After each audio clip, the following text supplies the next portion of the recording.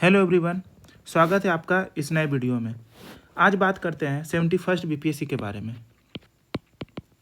पहले मैं आपको अपने बारे में बता दूं। मैंने बीपीएससी के 3 अटेम्प्ट्स दिए हैं, 66th, 67th और अभी 70th। 66 का मैंने प्री दिया, मेंस दिया और इंटरव्यू दिया। इसमें मेरे 533 मार्क्स आए थे और कट ऑफ था 537 मार्क्स, तो मेरे 4 मार्क्स से नहीं हो पाया था सिलेक्शन। 67th का मैंने प्री दिया, मेंस दिया, इंटरव्यू दिया और मुझे मिला था sub divisional BC EBC welfare officer, जो कि मैंने ज्वाइन नहीं किया था। क्यों नहीं ज्वाइन किया था वो भी मैं बताता हूँ। अब आया 68 एंड 69, वो मैं नहीं दे पाया था, प्री नहीं दे पाया था, क्योंकि उसमें मैं अभी नए जॉब को ज्वाइन ही किया था, जो कि था ईपीएफओ का एओईओ, जिसके लिए मैंने एक वीडियो भी बनाया है, जिसके रिलेटेड अभी भी फॉर्म आया हुआ है इसका, एओईओ का और एपीएफसी का, जो कि आप डिस्क्रिप्शन में लिंक है उसे देख सकते हैं। और अभी मैंने 78 दिया था बीपीएससी, जिसका कि मेंस हुआ था, अभी रिजल्ट पेंडिंग है। तो चलिए, ये वीडियो है किस लिए? तो ये वीडियो इसलिए है ताकि जो अभी आपका 71st बीपीएससी है उसमें बहुत ही कम दिन बचे हैं। आपके पास लगभग 30 डेज हैं, क्योंकि आप 11 सितंबर को आपको निकलना पड़ेगा सेंटर के लिए, क्योंकि 13 को जब एग्ज़ाम है तो आपको 2 दिन पहले दूर सेंटर्स फिर से जाएंगी और वो डिस्टेंस कवर करने के लिए 11 को निकलना पड़ेगा। तो 10 सितंबर तक आपके पास टाइम है, तो आपके पास लगभग 30 डेज ही हैं। तो चलिए इस पर बात करते हैं कि 30 डेज को आप कैसे यूज कर सकते हैं। मैं एक चीज़ आपको बता देता हूँ पहले, कि बहुत लोगों के ये ऐसा सोच रहे होंगे, बहुत लोगों के मन में सवाल होगा कि क्या 30 डेज में है पॉसिबल। तो मैं इस पे डील करना चाहता हूँ आज। डर लग रहा होगा, पहली बात तो डर लग रहा है। अगर आपको डर लग रहा है तो मैं कह रहा हूँ कि आप तैयारी कर रहे हैं। डर उसे नहीं लगता है जब आपकी कोई तैयारी नहीं हो, डर उसी को लगता है जब आपकी तैयारी हो। जब आप जिस अटेम्प्ट में आपने सोच लिया था कि मेरी तो तैयारी नहीं है, मुझे तो पेपर ही नहीं देना है, उस अटेम्प्ट में मैं गारंटी देता हूँ कि आपको कोई डर नहीं लग रहा होगा। आप चिल होंगे कि अरे क्या है, ठीक है, जाके दे देना है बस एक्सपीरियंस के लिए। डर लग रहा है, बहुत ही अच्छी बात है। अब बात है कि पिछले अटेम्प्ट्स में तो नहीं हुआ था, इस अटेम्प्ट्स में क्या ऐसा अलग करना है कि हो जाएगा। पहली बात, अगर आप सेम चीज़ करते हैं जो पिछली बार किया आपने, डर करके लास्ट 30 डेज में वीडियो देखे, कुछ पढ़ाई नहीं की, बस डरते रहें, दोस्तों से बात की, नहीं होगा, फिर से आप फेल करेंगे। बात है कि इस बार डिफरेंट क्या करना है, तो आज इस पर बात होगी कि डिफरेंट क्या करना है। तो मैं इसके लिए 3 चीज़ों को पहले कर रहा हूँ कि किस चीज़ पे आपको फोकस करना है। सबसे पहले आपको फोकस करना है बिहार स्पेशल पे। सेकंड, आपको क्या फोकस करना है? आपको फोकस करना है करंट अफेयर्स पे। और उसके बाद आपको किस चीज़ पे फोकस करना है? साइंस पे। ये मेन है, ऐसा नहीं कि बाकी सब्जेक्ट्स को छोड़ देना, ये मेन है। अब बिहार स्पेशल की बात करें तो इसमें आपको क्या क्या है? आपका इसमें हिस्ट्री है, फिर आपका ज्योग्राफी है, फिर आपका इकोनॉमी है, फिर आपका फॉरेस्ट सर्वे है और भी चीज़ें हैं। करंट अफेयर्स तो आपको करना है, पता है, science, physics, chemistry and bio. अब बात है कि इस पे तो फोकस करना कहाँ से? आप हिस्ट्री, ज्योग्राफी, इकोनॉमी और ये फॉरेस्ट सर्वे और भी सेंसस जो है बिहार का, वो आप किसी भी बुक को उठा सकते हैं। कोई भी बुक हो सकता है, रुटेरिया का हो सकता है, आपका BCW का हो सकता है, वो आपको KBC नैन हो सकता है, कोई भी बुक हो सकता है। और रिवीजन के लिए आप 30 डेज रिवीजन जो इस चैनल पर चल रहा है उसे फॉलो ज़रूर करें। ज़्यादा टाइम नहीं देना है, बस उस वीडियो को देख लेना है। 1.5x में देखना है, 2x में देखना है, आपके ऊपर डिपेंड करता है। पर ज़्यादा टाइम नहीं लगाना है, वो वीडियो देखना है और खुद से देखना है कि आप सही जा रहे हैं PYQ के हिसाब से। और सबसे जो मेन चीज़ है इसमें, करंट अफेयर, साइंस और बिहार स्पेशल के अलावा आपको PYQ मैं गारंटी देता हूँ। मैं एक रिक्वेस्ट है सबसे कि जितने लोग इस वीडियो को देख रहे हैं वो ज़रूर बताएं कि कितने लोग हैं जो 38 से लेकर 70th के री एग्जाम तक वीडियो को देखें, मतलब PYQ किए हैं, वीडियो नहीं, PYQ किए हैं खुद से, किसी बुक को उठाकर, या यहाँ तक वीडियो का भी देखे हो एनालिसिस कहीं से भी। तो आप जरूर उसमें लिखें कि हाँ मैंने किया है। आप वीडियो में लिखे PYQ डन। और अगर आपने नहीं किया, अगर एक भी साल का आपने मिस किया है, तो जरूर कमेंट में लिखें PYQ नॉट डन। और आपको करना है, आप वीडियो देखें, जो देखें, चैनल पे भी 78 69, ऐसे करके पीछे तक जा रहे हैं हम लोग, जहाँ तक जा सकते हैं वो जैसा टाइम परमिट करेगा, वो 66, 67, 66 तक चला होगा। अभी इस पर वीडियो जाएंगे। तो आपको इस चीज़ को फॉलो करना है, और साथ में खुद से आपको किसी भी बुक को उठा कर, वो घटना चक्र हो सकता है आपका एरुटेरिया का हो सकता है, केवीसी नैनो का हो सकता है, BCW का हो सकता है, कोई भी बुक आप PYQ का उठाइए और उसे करना है। अगर आप 38 से 78 री एग्जाम का नहीं कर रहे हैं तो आप रिस्क लेकर जा रहे हैं। जब मैंने पहली बार 66 का पेपर दिया था तो मैंने भी नहीं किया था, और वहाँ पर जाकर जब देखा तो मतलब लग रहा था कि कट ऑफ निकलेगा नहीं निकलेगा मेंस तक। तो यही चीज़ थी। तो पता चला कि बहुत सारे क्वेश्चन PYQ से आए थे, और अगर वो किया रहता तो कोई डाउट ही नहीं था मन में।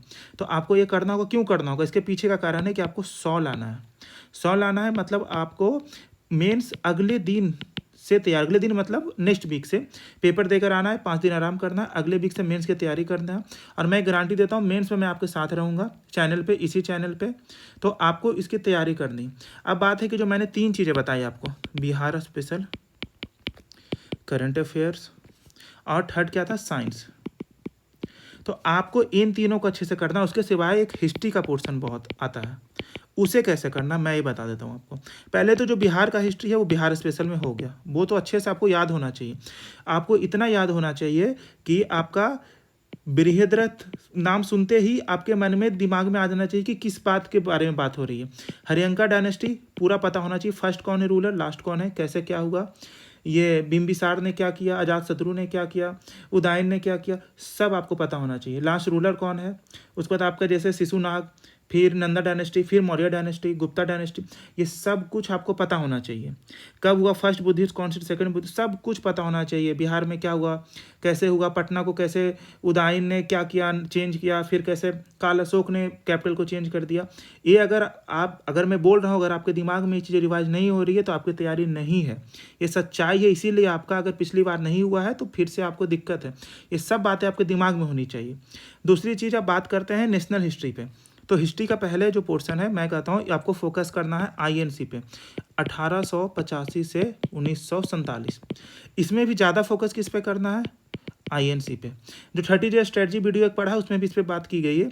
INC पे फोकस करना है, और आपको फोकस करना है गांधीयन फेज। गांधीयन फेज में भी क्या फोकस करना है, बिहार में उन्होंने क्या किया है, चंपारण से, फिर नॉन कोऑपरेशन में बिहार का क्या था, फिर आपका सिविल डिसोबीडियंस में बिहार का क्या था। और ज़्यादा फोकस करना है आपको 1935 टू 1947। इससे तो अगर मैं कुछ भी पूछ लूँ आपसे अगर कि बताओ 1938 में क्या हुआ था, तो आपको याद होना चाहिए।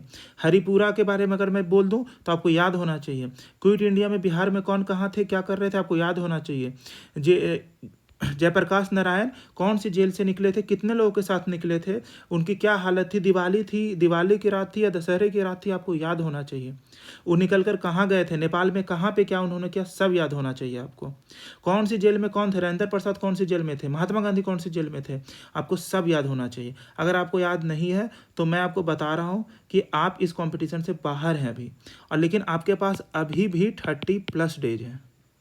तो इसीलिए मैं ये वीडियो अभी बना रहा हूँ ताकि आप इन चीज़ों को सुधार कर सकें। अब बात करते हैं आपको मिडिएवल हिस्ट्री के बारे में। इसमें आपको सबसे ज़्यादा फोकस करना है दिल्ली सल्तनत पे।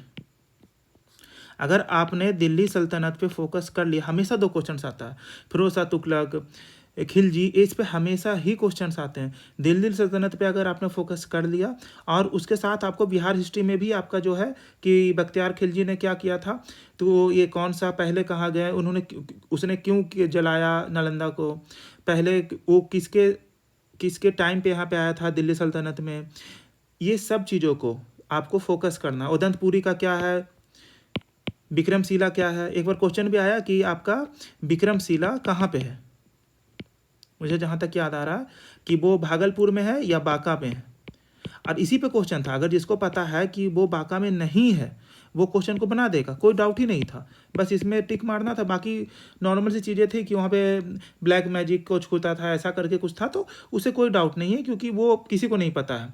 तो आपको भागलपुर पता, आप मार सकते हैं टिक। और उसके बाद पता, अब बात है एंशिएंट हिस्ट्री की। एंशिएंट की मैं बात इसलिए नहीं कर रहा हूँ क्योंकि हमेशा एक बात याद रखिए कि इंडिया की जो एंशिएंट हिस्ट्री है वो बिहार की हिस्ट्री है। अगर मैं साउथ इंडिया की छोड़ दूँ थोड़ी सी चीज़ें, तो आपकी ये बिहार की ही लगभग हिस्ट्री है। तो आपको इस पर फोकस करना, आप सब कुछ अगले 30 दिनों में नहीं कर सकते हैं। और जो इस वीडियो को देख रहे हैं, मुझे लग रहा है कि बहुत सारे लोगों का यहाँ पे ऐसा होगा कि आप जो तैयारी कर रहे हैं उसमें आपको कुछ कमी है। मैं गारंटी देता हूँ कि अगले 30 दिनों तक मैं आपके साथ रहूँगा, ये मेरी गारंटी है। साथ कैसे रहूँगा? आपको जिस चैनल पे आप ये वीडियो देख रहे हैं उसके कमेंट और डिस्क्रिप्शन में आपको इस चैनल का टेलीग्राम लिंक मिलेगा। तो इसमें मैं सेशंस लूँगा। कैसे लूँगा?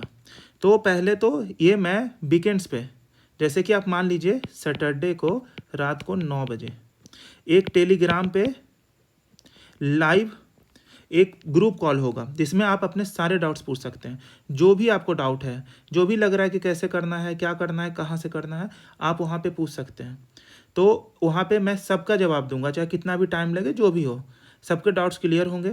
और उसके बाद अभी इस वीक में एक रखते हैं, अगले वीक में दो कॉल रखेंगे, उसके बाद 3 कॉल रखेंगे। जैसे जैसे एग्जाम नज़दीक होगा मैं आपसे कंटिन्यू आपके कॉन्टैक्ट्स में रहूँगा। ऐसा मत समझना कि अरे हो गया बस वीडियो बना दिया, नहीं, मैं आपको कॉन्टैक्ट में रहूँगा इसी चैनल पर।